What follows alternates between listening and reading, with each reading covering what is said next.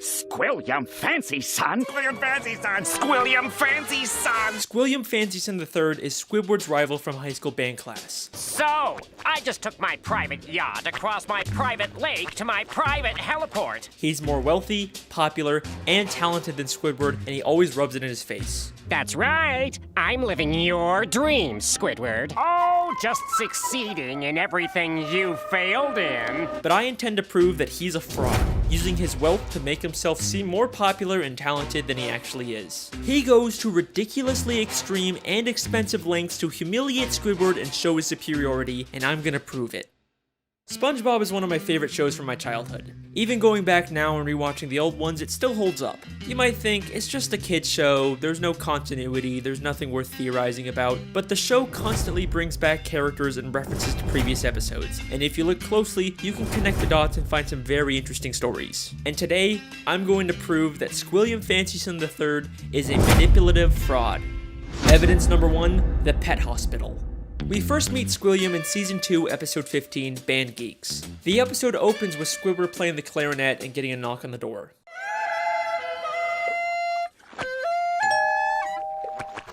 Yeah, we're with the pet hospital down the street, and I understand you have a dying animal on the premises. Immediately after, Squidward gets a call from Squilium. Hello, you've reached the house of unrecognized talent. Please start after the... Sounds as though you've got a dying animal to attend to, eh, old chum? I believe that not only was Squilium spying on Squidward to know when he was playing his clarinet, but he also hired the doctor to come and embarrass Squidward. Yeah, we're with the pet hospital down the street. Pet hospital down the street. We have never seen a pet hospital in Bikini Bottom. We've only ever seen just the regular Bikini Bottom hospital. We've seen this purple doctorfish before, but once again, he's never worked at a pet hospital. We've only ever seen him at the regular general hospital.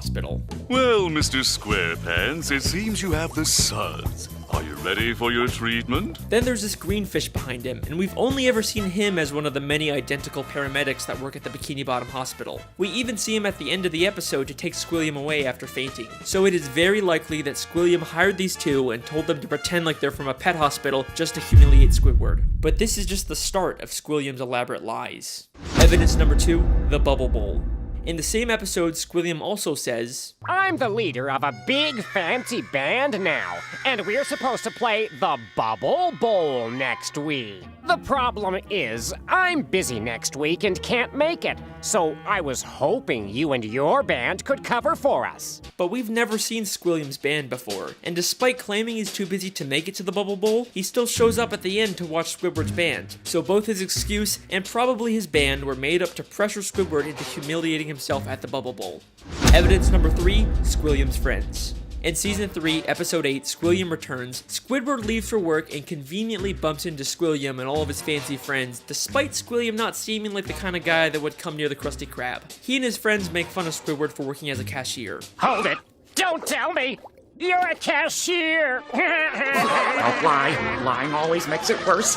But I believe that this encounter was planned out by Squilium in advance, and he hired all of those people to pretend to be his friends. Take a look at Squilium's friends. They're all nicely dressed, you kind of get the sense that they're fancy, high-status members of Bikini Bottom, but they aren't. This is more like what the fancy rich people in Bikini Bottom look like. These are just some regular Bikini Bottom citizens. Most of them usually don't even wear nice clothes like this. And most of them are regulars at the Krusty Krab and would already know Squidward as the cashier. My daddy doesn't have enough slime! These are not the type of people Squilium would hang out with. I mean, why would Squilium be hanging out with one of Pearl's teenage friends? At the end of the episode, Squilium even admits to his whole life being fake. I made everything up about my life. I have no yachts, jets, or anything. I was only trying to impress you. And then, of course, he quickly says he's just kidding. Is that true? Of course not! I'm filthy stinking rich! But was he kidding? I mean, obviously he's rich, but is there a nugget of truth in there? Evidence number 4, the statue. In Season 7, Episode 6, Squidward has to pick up trash for community service, and Squilium once again conveniently bumps into him and reveals he's cleaned up so much trash that the city actually built a statue of him. Maybe if you clean up Bikini Bottom, they'll build a statue of you. Oh wait! They've already built one. Of me! I cleaned up all of Bikini Bottom in only 1 week. I believe that once again, this encounter was staged by Squilliam, and he actually paid to get that statue built. As Squilliam tells Squidward about the statue, a female fish admires it and says, Bless you, Squilliam Fancyson. Bless you. but if you remember, this is one of those friends Squilliam likely paid, making her whole comment feel very fake. By the end of the episode, Squilliam's statue gets destroyed. A police officer approaches and they have this exchange. This is your statue? It was. Squilliam admits that it's his statue, not the city's. And why else would the officer give him specifically a ticket if it was city property? Evidence number 5, the concert. In Season 6, Episode 17, Squidward watches Squilliam play the clarinet at a big fancy concert. He receives a standing ovation, causing Squidward to leave angrily. But I believe this entire concert is a scam. Not only has the audience been paid to cheer, but Squilliam never even touches his instrument. Once again, many of the audience members were part of Squilliam's quote-unquote friends, but we also never actually see Squilliam play the clarinet. The episode opens right after he's finished his performance with the audience cheering, and one member of the audience says, He's such a great musician. He doesn't even have to touch an instrument to be brilliant. maybe the real reason Squidward leaves so angrily is because the audience cheered for Squilliam even though he never even touched his clarinet. Maybe Squilliam is just as bad as Squidward at the clarinet and he's trying to hide it. Squilliam has gone to some pretty extreme lengths just to humiliate Squidward, but nothing, and I mean nothing, compares to what he does next. Evidence number 6. The Music College. In the same episode, after Squidward leaves the concert, he's approached by the headmistress of the Bikini Bottom prestigious music college. Aren't you the esteemed Squilliam Fancyson III, who we all came here to see perform tonight? She mistakes him for Squilliam and offers him a position as a professor. Squidward pretends to be Squilliam and teaches a class, only for the police to burst in and arrest him, all while he's being filmed on live TV. And I believe that this is Squilliam's most elaborate and most expensive scheme to destroy Squidward both publicly and legally. This encounter where Squidward gets offered a job is already suspiciously convenient, but listen closely to their exchange. I'm Squilliam Fancyson. But didn't you just say a minute ago that your name was Squidward Q Tentacles? It is. No, I mean, no, I didn't. Well, that's a relief. I mean, what kind of a moron would go to their worst enemy's music recital? What kind of moron would go to their own enemy's music recital? How does she know that Squidward and Squilliam are enemies? If she knew who Squidward was, then why didn't she recognize him? Why would she mistake him for Squilliam? This feels way too much like she was hired by Squilliam to set a trap for Squidward. And if that's not enough, the headmistress's associate is literally just a guy from the paid audience wearing a disguise. He just threw on some glasses to seem smart. Squilliam knew that Squidward couldn't resist the opportunity to teach a music class, even if it meant breaking the law. My very own music class. Then we get to the Bikini Bottom prestigious music college, and right off the bat, there's something very fishy about this place. The building itself is very green and grimy and has a very cheap metal look. Nothing about this says prestigious except for the big sign on top, which feels like the only new thing about this building.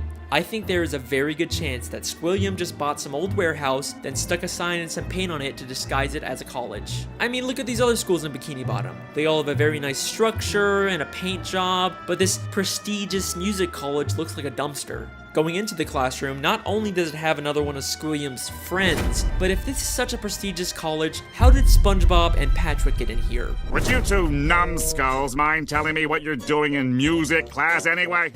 Sure. Patrick's New Year's resolution was to learn to play an instrument. They say it was their New Year's resolution to take a music class, but you'd think it'd be harder for them to get into an esteemed music school if they just decided to go to it on a whim. Seems like they're just letting in anyone to sell this ruse. Then, both the police, Squilliam and the headmistress, and a live news broadcast show up at the same time to arrest Squidward for impersonating Squilliam. If the extremely coincidental fact that all of these people suddenly showed up at the same time isn't enough for you to believe that Squilliam set it all up, I've got something that's going to blow your mind. Squilliam literally has the police working for him. Squidward Q Tentacles, I'm placing you under arrest for impersonating a genius. If that doesn't sound like he's been paid off, I don't know what does. The lengths that Squilliam goes to humiliate Squidward are insane. He literally builds statues and entire buildings just to make Squidward feel inferior. But why? Why would anyone go so far to embarrass an old high school band classmate? What happened between them? What could have caused this extreme level of dedication? Well, unfortunately, we never really get much information on their past. I've spent hours reading through the SpongeBob Wikipedia and looking at old episodes, and there really just isn't any clues that would explain their weird relationship. I guess we can't solve everything, but either way, that's my theory. Thank you so much for listening. I really hope you guys enjoyed. I'll see you next time. Wait a second. Season 6, Episode 5, Slide Whistle Stooges. Just a normal episode where SpongeBob and Patrick annoy Squidward, nothing really out of the ordinary. Except I have one question about this episode. Why does Squidward have Squilium's robe? That is clearly not the purple robe he usually wears. That is Squilium Fancyson III's robe. Why would Squidward have this? Unless they were more than just classmates. Could they have once been dating? No way. That's not possible. There's no evidence to support that. Right? Don't be intimidated, Squidward. Try to imagine him in his underwear. Oh no, he's hot! No, it can't be. I mean, what kind of a moron would go to their worst enemy's music recital? It's been right in front of us this whole time. Our sources last saw Evil harassing teenagers up at Makeout Reef. Makeout Reef. Good times, good times. Voted most likely to suck eggs in high school. Holy shit!